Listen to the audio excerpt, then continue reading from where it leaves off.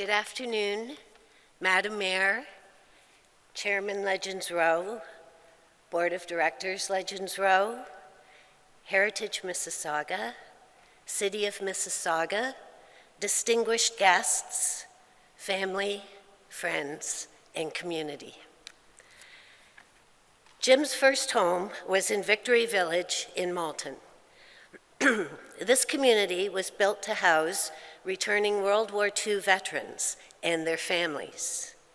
Jim's father, mother, and their 18-month-old son moved onto McNaughton Avenue in 1946. Jim was the third child of 6. He was born breech. He entered the world feet first. Mom Tovey would smile and say, "He is my brown-eyed boy who hit the ground running." When I fell in love with Jim, he was a poet, singer, and musician. He became a licensed carpenter and an architectural technologist. He felt a kinship with the songs of nature, wood, and water. Jim had a Sitka spruce tree shipped from BC. He spent over 500 hours turning it into our Anishinaabe design-based flatwater canoe. For 28 years, we made many interior canoe trips to Northern Ontario and Quebec. Jim truly realized and appreciated how important our connection to water and nature are. Jim called himself an advocate. He truly felt he was offering better plans than the ones he was opposing. Mayor Hazel McCallion deeply honored Jim.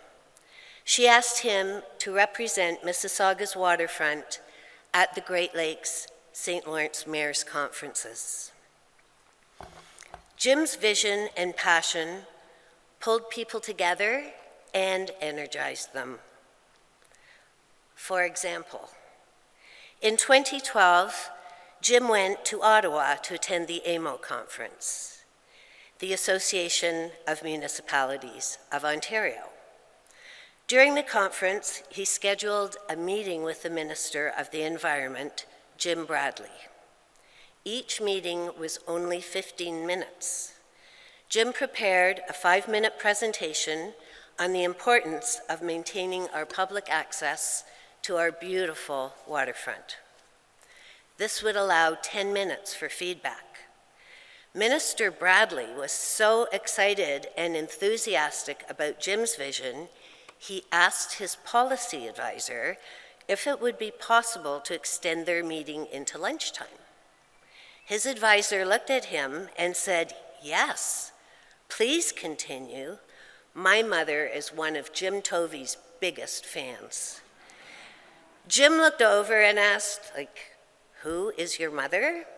She replied, "Patty Jadker." Positive energy just grew and filled the room. I have been requested to accept today's honor of inauguration on behalf of Jim. What would my rock of 42 years say or be feeling? First, it's absolutely about the theme of this year's recipients. All 3 are team players who are compelled forward by their care and passion for community. Secondly, throughout his life, Jim was a happy soul, and sometimes that would just blossom into glee. The fact that he is being inaugurated today means some of his visions are indeed becoming a reality. As Jim would say, how cool is that? Thirdly, he would say that absolutely none of this would have come to fruition on his own.